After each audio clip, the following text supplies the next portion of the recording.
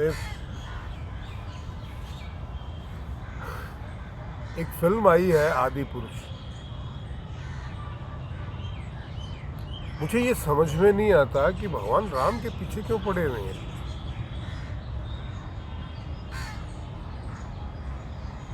और आदि पुरुष से राम जी के की कहानी का क्या लेना देना। आदि पुरुष तो शिव है।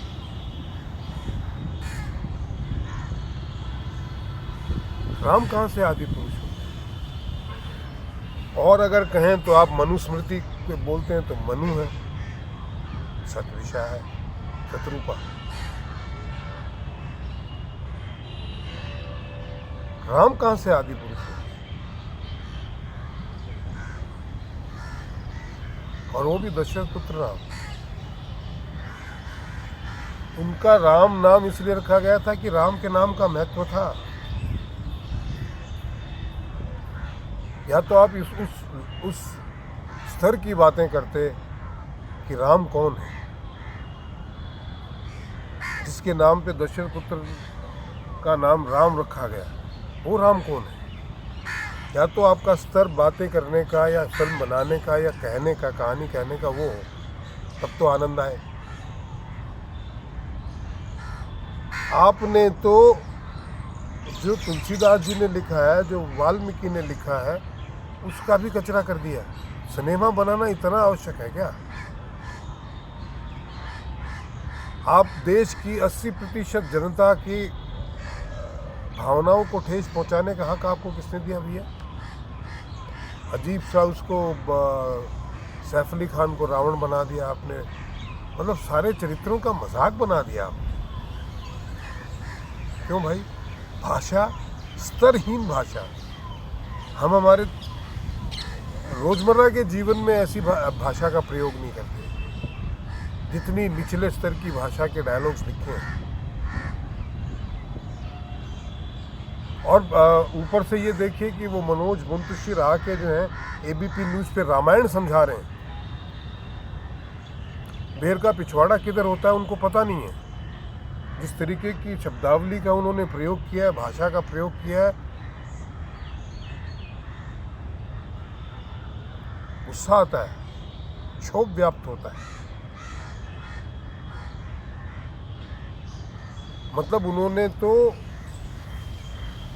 जो उर्दू और हिंदी की मिक्स भाषा जो थी, जो आजकल हम जो हिंदुस्तानी बोलते हैं, जिसे हम हिंदी नहीं कहते, उसको हिंदुस्तानी कहते हैं, इसमें उर्दू और हिंदी दोनों मिक्स है, वो भी नहीं है उसमें। वो तो बहुत ही निचले स्तर पे उतर आया भाई।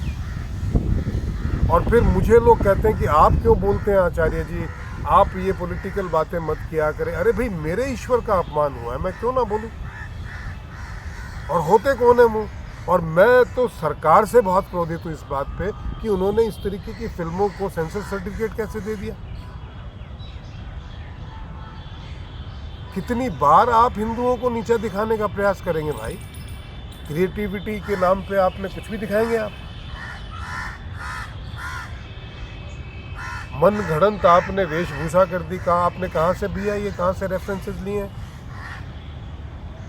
राम कोई मनगढ़ंत चरित्र तो है नहीं इसके ऊपर आप अपनी मनगढ़ंत चीजें घड़ते जाएं।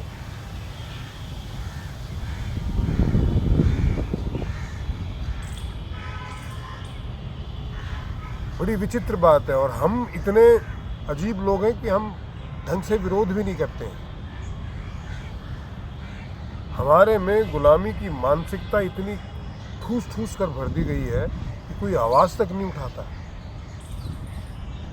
खाली फेसबुक पे बायकाट का शब्द लिख दे 4 लोगों ने, हो गया 100 करोड़ का बिजनेस किया है फिल्म ने।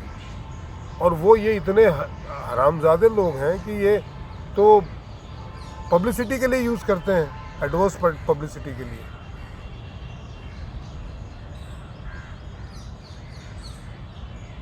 कि जितनी ज़्यादा बुराइयां होगी उतनी हमारी फिल्म की पब्लिसिटी होगी और लोग देखेंगे।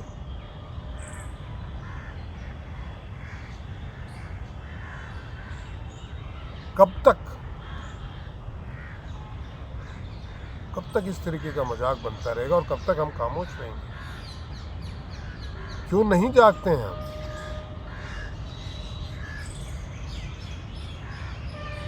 कैसे ऐसी फिल्में रिलीज हो जाती है सिनेमा में? क्यों विरोध नहीं करते हैं हम? मैं मारकाट और तोड़फोड़ की बात नहीं कर रहा हूँ, शांतिपूर्ण विरोध तो किया ही जा सकता है। क्यों नहीं इकट्ठे होते हम सड़कों पे इनके खिलाफ? मैं आज तक इस बात को नहीं समझ पाया। और जो कोई कहता है उसे और रोकते हैं। आचार्य जी नहीं, आप मत बोलिएगा। अरे ये तो पॉलिटिकल इशू। क्यों पॉलिटिकल इशू है भाई? ये मेरी आस्था का, मेरे धर्म का प्रश्न है। इसमें पॉलिटिक्स कहाँ से आ गई? आप मेरे ईश्वर का अपमान करेंगे और मैं बोलूं भी ना, क्योंकि बोलूंगा तो पॉलिटिक्स हो जाएगी। आपके लोग जो हैं, आपके सब्सक्राइबर चले जाएंगे। जाएं। अगर किसी को सच्चाई सुनने से गुरेज है, कोई सच नहीं सुनना चाहता, तो ऐसे लोगों को मुझे सुनाना भी नहीं है भाई।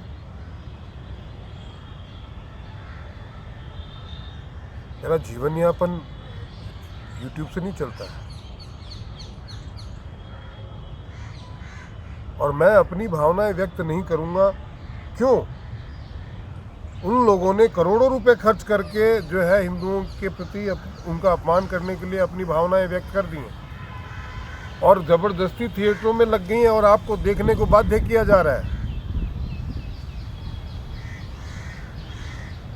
और मैं अपनी भावनाएं भी व्यक्त ना करूं? नहीं आचार्य जी आप मत बोलिए। क्यों ना बोलूं भाई? आचार्य जी काठ के बने हुए हैं, रिएक्ट नहीं करेंगे।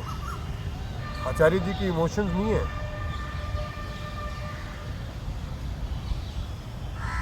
मेरे हैं राम। मैं लोगों को उनका राम जगाने के लिए बात करता रहता हूँ, और उसी राम का जब अपमान हो, मैं बोलूं तक ना, तो कैसा है, कैसे है मेरे राम यार, और कैसा मैं राम का? आप तो असाधारण मनुष्य का अपमान हो जाता है तो वो तो बवाल कर देता है।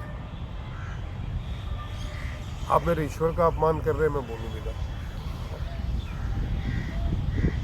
और मैं बड़ा हैरान हूँ, मतलब किस देश में है हम, कहाँ पहुँच गए हैं? अभिव्यक्ति की आज़ादी के नाम पे कुछ भी परोसते हैं आप।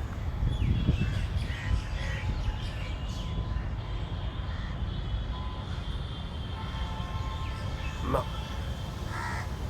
ये नहीं चलेगा भैया। आज नहीं तो कल आपको जागना पड़ेगा।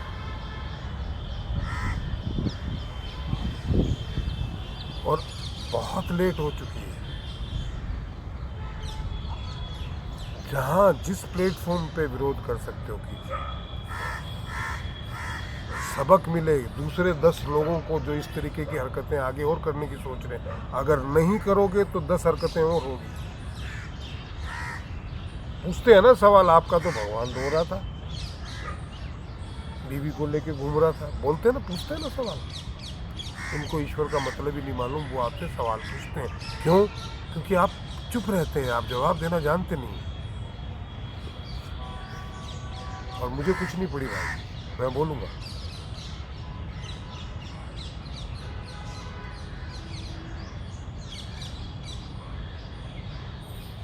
मैं बोलूँगा। मेरे पीछे, मुझे पता है मेरा कुनबा है 18,000 लोगों का, तो 18,000 लोगों की आवाज़ हूँ मैं। वो सारे बोलेंगे, भले ही मेरी वॉल के नीचे बोलेंगे, मैसेज के रूप में बोले, लेकिन बोलेंगे। ताकत है मेरे पास 18,000 लोगों की। वो सुनते हैं मुझे, तो मैं अपनी आवाज़ 18,000 लोगों तक तो पहुंचाऊंगा जो मुझे सुनते हैं। एटलीस्ट 18,000 लोगों में से 8,800 लोग तो जागेंगे। और मेरा काम क्या है भाई?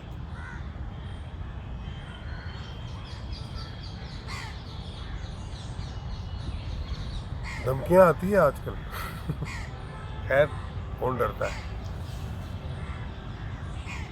मुझे उम्मीद है कि आप लोग भी इसके विरोध में आवाज़ उठाएंगे। इसका अध्यात्म ज्योतिष दोनों से लेना देना है। आप अपने नहीं, अपने राम के नहीं तो आप किसी के नहीं हैं। तो आध्यात्मिक तौर पे भी आपको इसका विरोध करना चाहिए, धार्मिक तौर पे भी विरोध करना चाहिए, और एस्ट्रोलॉजी में भी इस तरीके की सिचुएशंस बनी हुई हैं कि आगे ये लोग उपद्रव करेंगे। तो आपको सजग रह के अभी से विरोध करना चाहिए। आशा है कि आपको मेरी बात समझ में आई होगी। प्लीज़ सब्सक्राइब कीजिए, शेयर कीजिए, कमेंट कीजिए और कंट्रीब्यूट जरूर कीजिए। बाय।